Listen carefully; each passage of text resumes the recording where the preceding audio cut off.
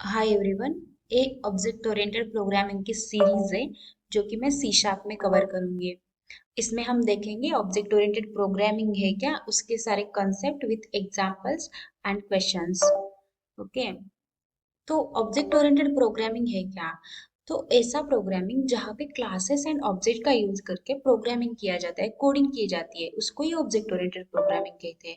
अगर हम उसका टेक्निकल डेफिनेशन देखेंगे तो object oriented programming is a programming paradigm based on the concept of object which can contain data in the form of field, often called attribute or properties, and the code in the form of functions. Sorry, in the form of methods, function associated with the object.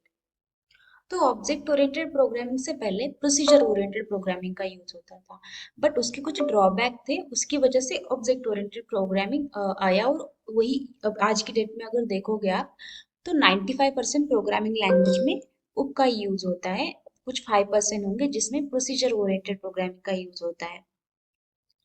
अगर हमने देखा कि object oriented programming क्या है, तो object oriented programming object के around चलती है। ऑब्जेक्ट उसका मेन थिंग है। तो ऑब्जेक्ट में क्या रहते हैं, तो ऑब्जेक्ट में उसके खुद के मेथड्स रहते हैं। मेथड्स में क्या रहता है, मेथड्स में कोड रहता है एंड उसके खुद के प्रॉपर्टीज रहते हैं ऑब्जेक्ट के। तो ऑब्जेक्ट क्या है? ऑब्जेक्ट एक रियल वर्ल्ड एंटिटी।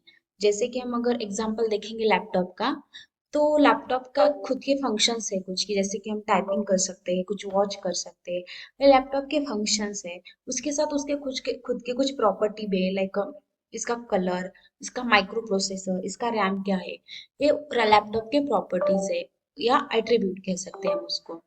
अगर और एक हम एग्जांपल देखें ऑब्जेक्ट का, तो एक कार है। कार भी एक ऑब्जेक्ट है। तो कार के क्या फंक्शंस रहेंगे? ड्राइव, ब्रेक, बहुत सारे फंक्शन रहते हैं, बट हमने यहाँ पे दो ही लिए हैं। ये तो फंक्शंस रहेंगे कार के। उसकी प्रॉपर्टीज भी रहेंगे कार की, जैसे कि उसका कलर, मॉडल, स्पीड, उसका ब्रांड, बहुत सारे प्रॉपर्टीज है कार के। अगर हमें ऑब्जेक्ट समझना है तो उससे पहले हमें समझना पड़ेगा क्लास क्या है। तो क्लास क्या होता है? क्लास मतलब अगर हमें कार बनानी है तो उससे पहले हमें उसका टेम्पलेट क्रिएट करना पड़ेगा, जिसमें ये डेटा रहेगा कि कार का मॉडल क्या है, उसका कलर क्या होना चाहिए, उसमें कौन से फीचर होना चाहिए। ये सारा डेटा एक टेम्पलेट पे रहेगा या फिर एक डॉक्यूमेंट्स में रहेगा। उसी को ही क्लास बोलते हैं। उस डॉक्यूमेंट का या टेम्पलेट का यूज करके बाद में हम कार बनाएंगे। जब वो कार फिजिकली एग्जिस्ट होगी तो उसको ऑब्जेक्ट कहेंगे, और जो डॉक्यूमेंट रहेगा उसको क्लास कहेंगे। तो उसका अगर हम डेफिनेशन देखेंगे तो क्लास इज अ ब्लूप्रिंट और a template for a creating object. जैसे कि क्लास ब्लूप्रिंट और टेम्पलेट रहता है ऑब्जेक्ट क्रिएट करने के लिए। और ऑब्जेक्ट का डेफिनेशन देखेंगे तो object an instance of a class. जो कार बनेगी वो इंस्टेंस ही होगी, कार मतलब कार का जो टेम्पलेट होगा, उसका डॉक्यूमेंटेशन होगा उसका। So it is a real usable entity created using the class blueprint with actual values stored in its attribute and the ability to perform action using its method.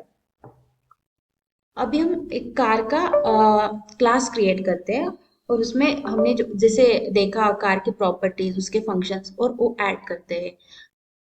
C sharp में class create करने के लिए एक class keyword use करते हैं।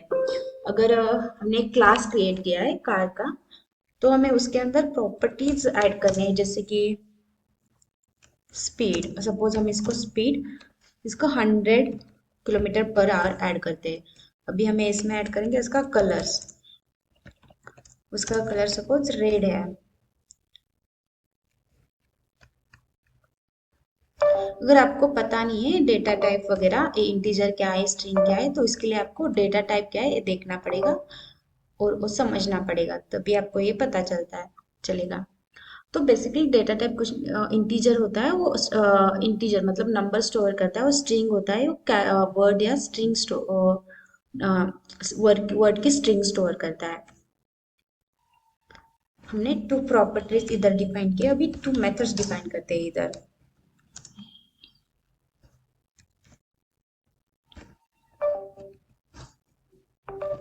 एक break method है और दूसरा मूव मेथड है या ड्राइव मेथड है।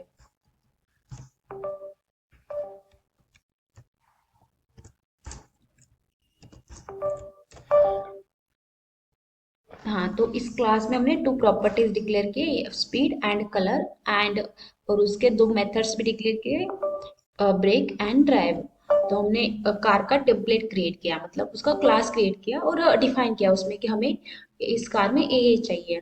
अगर हमें इसका ऑब्जेक्ट क्रिएट करना है तो हम यूज करेंगे न्यू कीवर्ड का।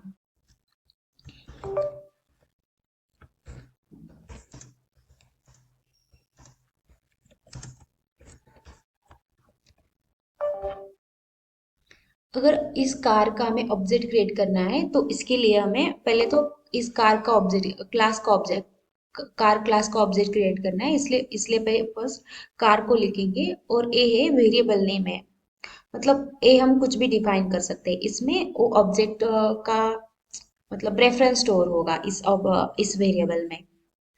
और न्यू जो कीवर्ड है, इसका ऑब्जेक्ट क्रिएट करने के लिए यूज करते हैं।